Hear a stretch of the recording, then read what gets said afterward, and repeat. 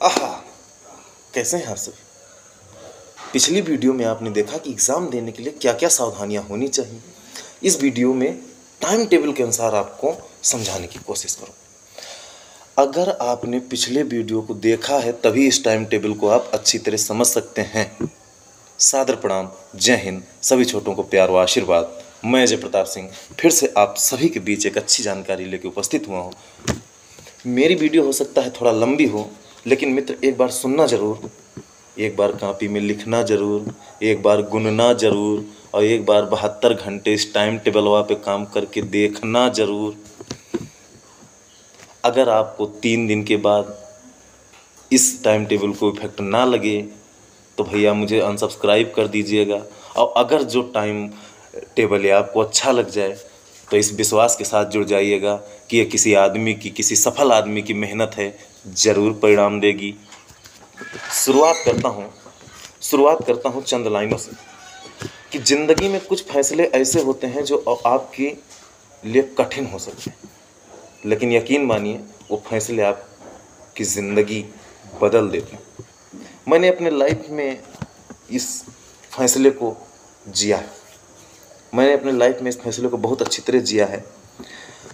एक बहुत ही प्यारी पंक्ति आती है और जिसे मैं आज गर्व से कह सकता हूँ कि चले जो आंधी वो तिनका तिनका, बिखर जाए आसियाँ गम नहीं है। चाहे लाख आंधियाँ चलें, मेरे आसियाने का एक एक तिनका बिखर जाए, कि चलिए जो आंधी वो तिनका तिनका और बिखर जाए आसियाँ गम नहीं है। जो तोड़ दे मेरे हौसले को, अभी वो तूफान बना नहीं है, अभी वो तूफान उठा नहीं है। तो मेरे मित्र, हौसला बुलंद हो तभी आगे की ये वीडियो सुनिएगा। पहला कठिन फैसला तो आपने सेना में आने का लिया, और उससे भी बड़ा फैसला आपने जानते हैं क्या लिया? सुबह उठने का। जी हाँ, बिल्कुल सही सुन रहे हैं, सुबह उठने का। जब दुनिया सो रही होती थी तब आप सुबह उठ के अपना पसीना गिराते थे। बस इसी फैसले पर कायम रहना मेरे दोस्त, और यहीं से आप अपनी पेन और डायरी उठाइए और आगे का टाइम टेबल नोट कीजिए कि किस टाइम टेबल के अनुसार हम अपने आप को सिस्टमेटिक करें तो ज़्यादा हमें प्रॉफिट हो सकता है।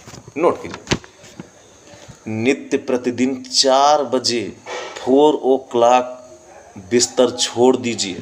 जी हाँ, 4 o'clock, 3:59 हो सकता है लेकिन 0401 आवर्स नहीं हो सकता है।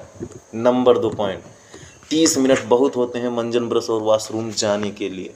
नंबर 3 पॉइंट, किसी भी हाल में बिना आलस्य के 4:30 बजे आपके हाथ में वो सब्जेक्ट आ जाना चाहिए जिसको आप सबसे कठिन सब्जेक्ट मानते हैं। पिछले वीडियो में देखा कि मैंने आपको बताया कि समय को सब्जेक्ट वाइज डिवाइड कर दीजिए। अब उस सब्जेक्ट वाइज डिवाइड करने में आपको सबसे कठिन जो सब्जेक्ट लगता हो, सबसे पहले 4:30 बजे उस सब्जेक्ट को उठाइए और 4:30 बजे से लेकर के 6 बजे तक 1.5 घंटा होता है। सुबह का माइंड फ्रेश होता है और उस कठिन सब्जेक्ट में कोई भी एक टॉपिक उठा के, 2 टॉपिक उठा के आप फुल एनर्जी लगा के तैयार कीजिए। 1.5 घंटे में एक बढ़िया टॉपिक आपका तैयार होगा। लेकिन ध्यान रहे, पेन और कॉपी आपके पास होनी चाहिए। नंबर 5, चूँकि ठंड का महीना आ रहा है भैया, उजाला थोड़ा देर में होता है, तो हर हाल में 6 बजे आप पढ़ाई अपनी छोड़ दीजिए। 6 से 6:30, 6 से 6:30 के बीच में घर का जो भी काम है आप उसमें हाथ बटा सकते हैं। उस घर के काम में आप हाथ बटाइए, साफ सफाई करवाइए। 6:30 बजे से ले करके और 7 बजे तक आधा घंटा आप ज़रूर फिजिकल एक्सरसाइज कीजिए, क्योंकि मित्र अभी आप सक्सेस नहीं हुए हैं, अभी आप एग्ज़ाम देने की श्रेणी में हैं। तो सुबह चाहे बेशक 1 ही किलोमीटर रनिंग करके आइए, वार्म अप करके आइए, लेकिन अपनी एक्सरसाइज पूरी कीजिए। अब भैया 7 बजे से 8 बजे तक का टाइम आपका है। उस टाइम में आप कुछ भी कर सकते हैं, रिलैक्स हो सकते हैं, रिलैक्स हो सकते हैं, नहा सकते हैं, घर में कोई किसी काम में हाथ बटा सकते हैं। नंबर 9 पॉइंट, जब आप भैया रिटर्न की तैयारी कर ही रहे हो तो आपका अधिकतर फोकस तैयारी पे होना चाहिए। इसीलिए किसी भी हाल में 8:30 तक एक हेल्दी नाश्ता कर लें, चना खाना ना भूलें। जो भी घर में रूखा सूखा अवेलेबल हो वो 8 से 8:30 बजे के बीच में आप खा लीजिए। 8:30 से 9 बजे के बीच में अगर हो सके तो नहीं, न्यूज़पेपर या न्यूज़, इन दो चीज़ों में से आपको एक चीज़ तो आधा घंटा पढ़ना या देखना ही है। और अगर न्यूज़पेपर पढ़ते हैं तो उसमें खेल वाला पार्ट्स ज़रूर देखिए, क्योंकि खेल वाले पार्ट से आपके बहुत सारे करंट अफेयर के क्वेश्चन तैयार हो सकते हैं। अब भैया नाश्ता करने के बाद थोड़ा आराम भी हो गया होगा और इसी बहाने आपका करंट अफेयर की भी तैयारी हो गई। अब 9 बजे से 12 बजे तक के टाइम को आप 3 भागों में डिवाइड करिए। 9 से 10 के बीच में फिर से वो सब्जेक्ट उठाइए जो आपको सबसे ज़्यादा कठिन लगता, गहराई से पढ़िए, नोट कीजिए। अब चूंकि आप थोड़ा थक गए होंगे क्योंकि कठिन सब्जेक्ट पढ़ा है, तो 10 से 10:30 के बीच में हो सके अगर अवेलेबल हो तो 1 गिलास दूध का गुनगुना पी लीजिए और साथ साथ गुनगुना दूध का सिप लेते रहिए। और जो कुछ आपने 4:30 बजे से 6 बजे के बीच में पढ़ा है उसको फटाफट रिवाइज कर डालिए। देख लीजिए क्या दिमाग में बचा है, क्या उड़ गया। दूध नहीं है तो कुछ नमकीन, बिस्किट, कुछ भी थोड़ा मोड़ा खा सकते हैं।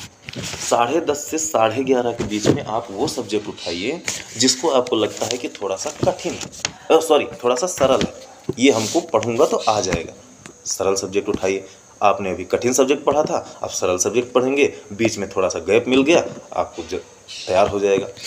हो सके तो 11:30 बजे खाना खा लें और 12:30 और 1:30 के बीच में चौथा सब्जेक्ट जो टॉपिक हार्ड हो उसी टॉपिकवा को फिर से एक बार तैयार कर लीजिए। और याद रखिए कि एक और कठिन फैसला लेना है आपको, क्योंकि भैया खाना खाया है तो नींद तो आएगी, तो यही थोड़ा सा ज़्यादा मेहनत करनी है। और यकीन मानिए हार्ड सब्जेक्ट उठाइए, आपको 1 घंटे में तैयार हो। अब चूँकि ठंडी आ गई तो 1:30 बजे से 3 बजे के बीच में ही लमसम यंगस्टर या लड़के कहीं क्रिकेट हो गया, कहीं वॉलीबॉल हो गया, कहीं कोई गेम हो गया, ना हो तो लूडो खेल लीजिए, किसी के साथ चेस बैठ के खेल लीजिए, अपने ही मोबाइलों में थोड़ा कोई गेम खेल लीजिए। 3 से 4 के बीच में आप फुल रेस्ट कीजिए। फुल रेस्ट का मतलब गहरी नींद 1 घंटा लीजिए, 1 घंटा गहरी नींद लीजिए। 4 बजे आप करेक्ट उठ जाइए।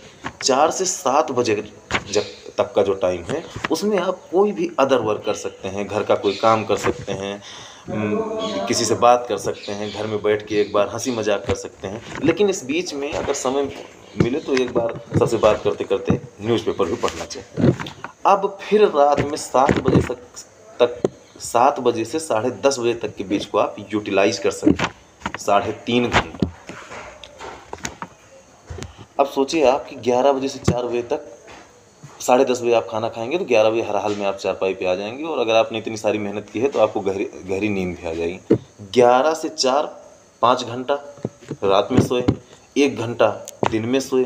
दिन की थकान उस 1 घंटे से मिटी, रात की थकान इस 5 घंटे से मिटी, टोटल हो गए 6 घंटे।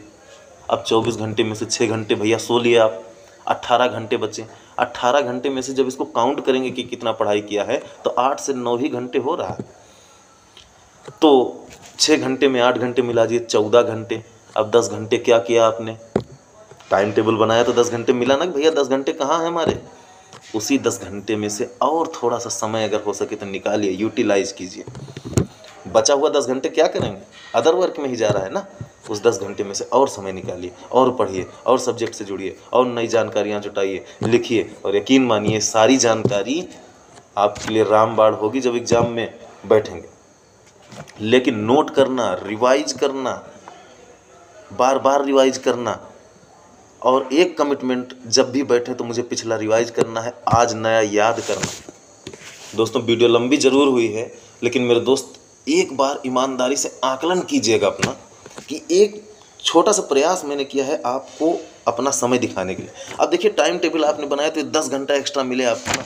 इस 10 घंटे आपके पास 8 घंटे पढ़ने का और 6 घंटे सोने का रिकॉर्ड तो है, 14 घंटे। लेकिन इस 10 घंटे में क्या किया, इसका छोटा पार्ट करके बहुत सारा समय आपका बीत गया। तो आपको सिस्टमेटिक तरीके से एक बार अच्छी पढ़ाई कैसे करते हैं, ये पढ़ाई में क्या पढ़ना चाहिए, ये बहुत सारी वीडियोज़ हैं, लेकिन पढ़ाई को कैसे सिस्टमेटिक तरीके से करना चाहिए ये एक छोटा सा प्रयास किया है। अगर अच्छा लगे तो कमेंट बॉक्स में ज़रूर बताइएगा कि ये प्रयास कैसा रहा, और अगर आपको अच्छा लगे तो शेयर भी कर सकते हैं, सब्सक्राइब भी कर सकते हैं। आपको अच्छा लगने की बात है तो यकीन मानिए मुझे बहुत खुशी होगी अगर आप इस टाइम टेबल पे थोड़ा दिन भी काम करके देखते हैं, और यकीन मानिए अगर आपने 72 घंटे काम कर लिया तो अगला जो 73वां घंटा होगा उसमें आप ना चाहते हुए भी इस टाइम टेबल को जरूर फॉलो करेंगे। तो जल्द ही मिलेंगे एक नई वीडियो के साथ, एक रोचक वीडियो के साथ में। तब तक के लिए मुझे इजाज़त दीजिए।